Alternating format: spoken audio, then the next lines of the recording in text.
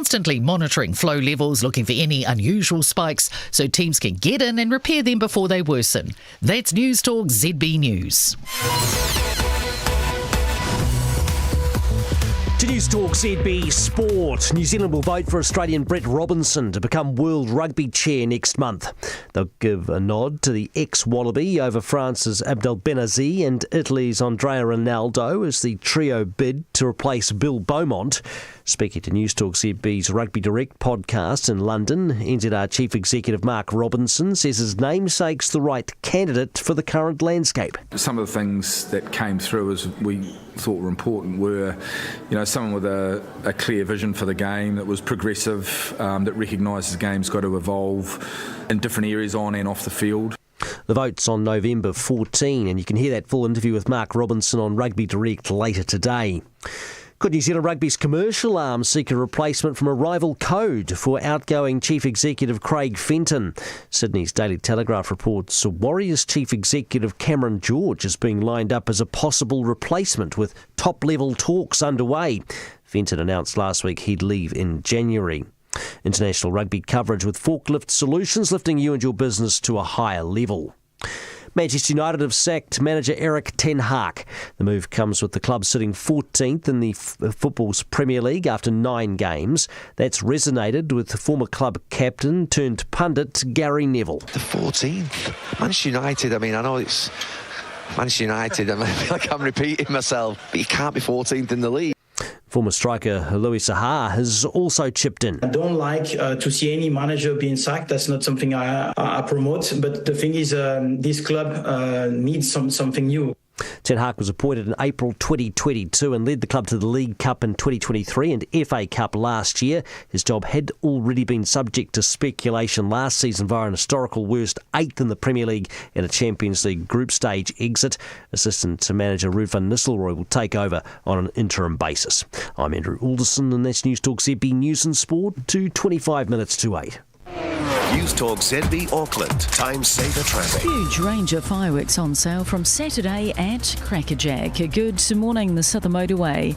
We've got moderate heavy flows there, Papakura through to Manurewa, building from Manuko, heavy in patches from Highbrook, the northern slow from Rosedale, northwestern heavy but moving, coming in from Hobsonville. Shop Crackerjack's fireworks range Saturday to Tuesday, 8 a.m. to 7 p.m, strictly R18. Time saver traffic.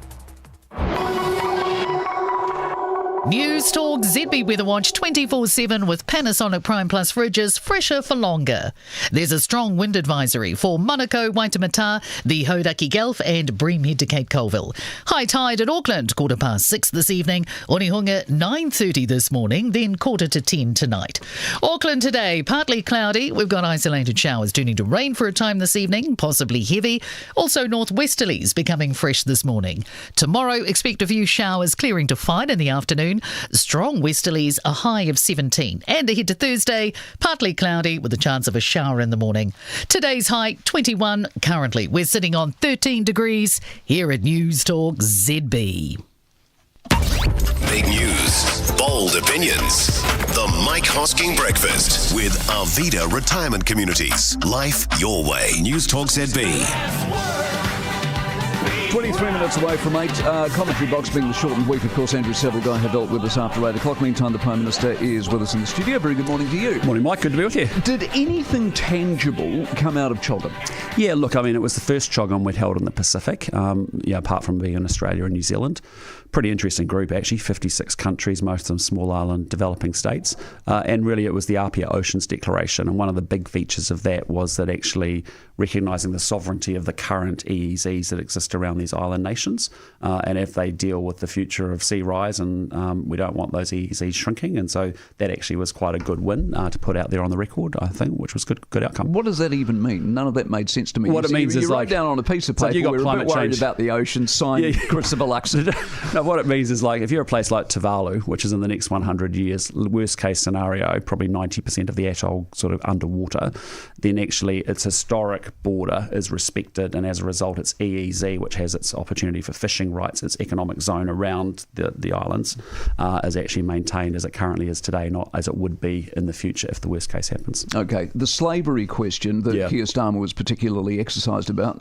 Did that go anywhere? Will it go anywhere, do you think? Well, the key thing was to push it out of CHOGM, frankly, because it's a peculiar UK Caribbean issue that needs to be dealt with by them in a conversation. I think they plan to do a UK Caribbean dialogue next year, but it was really pushed out of CHOGM so that the Brits and the Caribbean can deal with it directly. Okay. Yeah, because really you want CHOGM to be about democracy, you want it to be about actual development.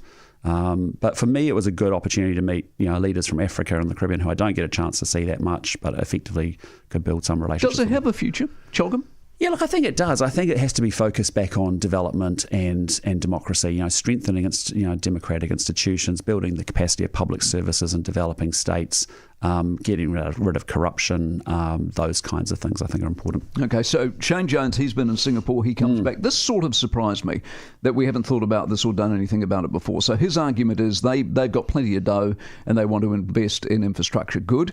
They also want food security. I'm assuming we can do something along those lines. Why hasn't that been stitched up, signed off? Well, it is actually. So Prime Minister Lee and Prime Minister Wong and I have spoken about that. We're moving through what we call an enhanced strategic partnership, which is building our relationship to Singapore to the next level. Next year will be our 60th anniversary, and that's exactly right.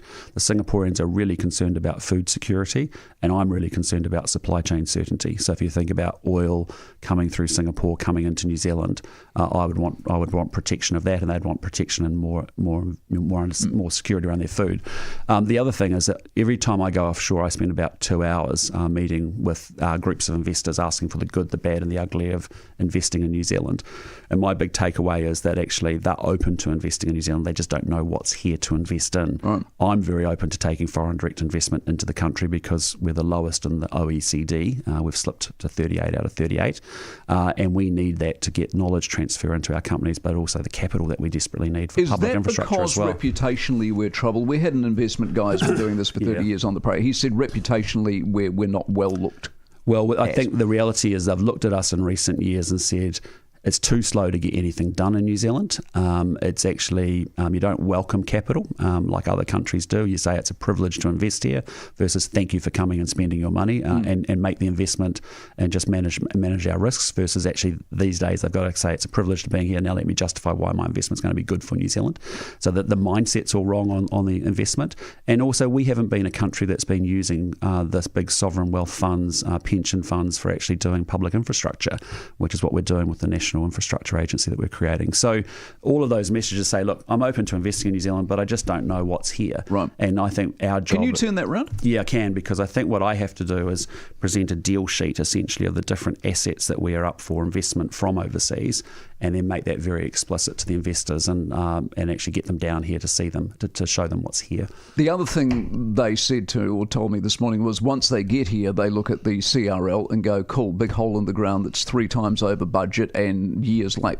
How do we fix that? Yeah, well, I mean, that's where the fast track and the consenting stuff is really serious. I mean, the consenting stuff has doubled in time, and time is money, and also, the laws. And I spoke to a guy who wants to build a data centre in New Zealand, and he said, Chris, I love your country. He says, everywhere I go, they make it easy for me because they want a data centre here. It's probably $500 million worth of investment. But he said, I'm dealing with an Auckland Council volcanic cone view issue bylaw, and I don't know what that is. And I said to him, mate, yeah, that exactly underscores the point, which is if you are a project of regional and or national significance, which is where we started with the fast track to try and break the system, and what we try and enshrine next year with the full system is, we've got to be able to get through this stuff and get things built. I'm very glad you raised data centres because once they arrive here, and we do want to be a centre for data centres, how is it we're running them with power? Yeah, well, that's a major challenge. No kidding. No, it's interesting. I was in Sydney, and I think there's 2 data centre projects there that they're proposing to build in the next 5 years. That will take up 100% of Sydney's electricity today.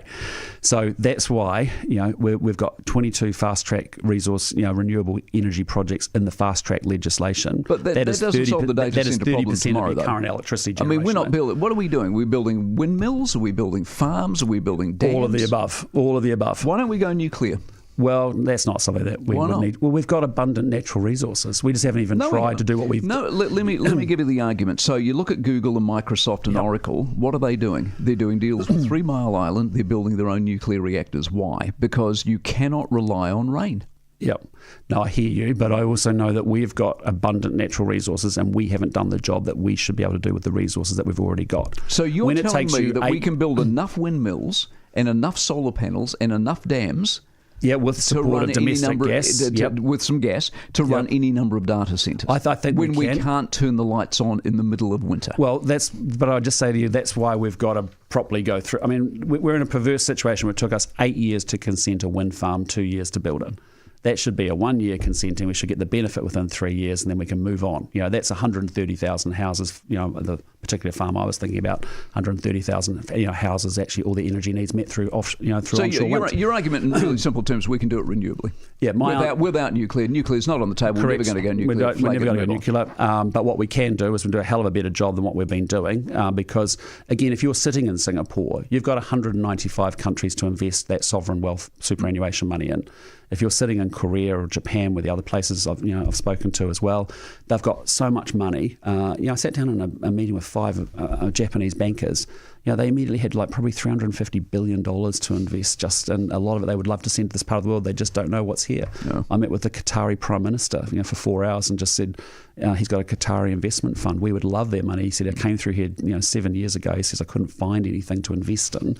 I said, well, come back. Let me get you the deal sheet of what I think you might want to make investments in or could make investments in. What are you going to do with KiwiBank? Look, I mean, what we've said is, look, the banking sector is not competitive. The competition's not good because consumers are paying for it with higher prices. We've now got this inquiry going on through the Finance and Expenditure Committee that'll roll through, but we need KiwiBank to actually be fired up as the maverick, as it's been talked about. You're going to float it? Well, we're going to get a bunch of investment options that Nicola's asked the Treasury to give her. Well, that's what I'm asking. The Treasury has given you the options. One of the options is floating it. Well, I haven't seen the advice yet. It's to float it. Yeah, well, one of the options could be to put some into the New Zealand Stock Exchange, other ways in which you could get super funds or other funds to invest in it Which as well. Which do you favour? I don't have a view until I see that advice, Mike. I know that's not the answer you want. I don't premature care, until I see here's my main point. My point is, say you float KiwiBank tomorrow, say you sell it off. Tell me materially how it changes the banking landscape of this country. Well, I think a more capital growth into KiwiBank so that it actually can compete stronger in market. It makes them bigger, but also makes them be able to compete very strongly for that business. I think there's other things that we're going to need to do as well with the banking, but let's get through some of this inquiry. Because I'm following this inquiry with a great deal of interest. I listened to Antonia last week. She's fantastic. So hers was a perfectly cogent argument, I thought. I mean, yes, they make a lot of money, but they're a big bank. So do the other 4 major banks. So do Kiwi. If KiwiBank was floated tomorrow, it would become a bigger bank. There'd be 5 big banks. Yeah. How does that fix anything? No, I think the reality is we've got 4 cosy banks in a very cosy relationship, and no one has shaken it up. What's stopping KiwiBank? Well, here's an example. Open banking, for example, is something that's not going to change. Have you read the documentation in Australia on open banking? Yeah, but it makes no difference. No, but the point is, it's been left with the banks to manage amongst themselves that open banking piece, rather than actually that regulation coming from a different place.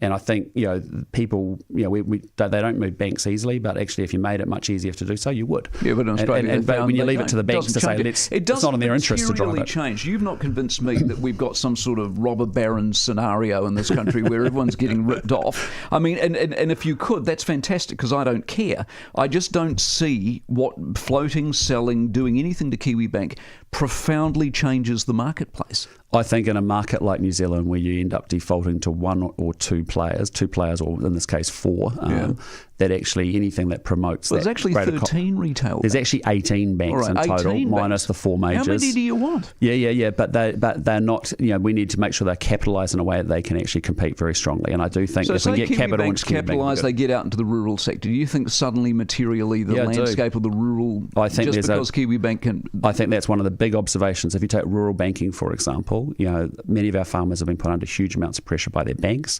They end up having to run at much higher interest rates than we do in the city as a consequence, because of the risk. I get it, but actually, I think many of them would want to change to someone who would actually back them more. Give me a timeline on when this is happening. Well, again, what we're getting is advice coming back from Treasury about the options around KiwiBank and capital. I think we'll have a conversation in Cabinet as planned for in the month of December. Okay, good to see. Appreciate good to see you too. Prime Minister Christopher Luxon, 13-2. Hey, it's James from one of your locally owned Fresh Choice supermarkets, here to deliver some fresh deals just for you. Like loose large red capsicums, only $1.90 each. Deal ends Sunday at Fresh Choice. Value that's right by you. Knowing your numbers with Xero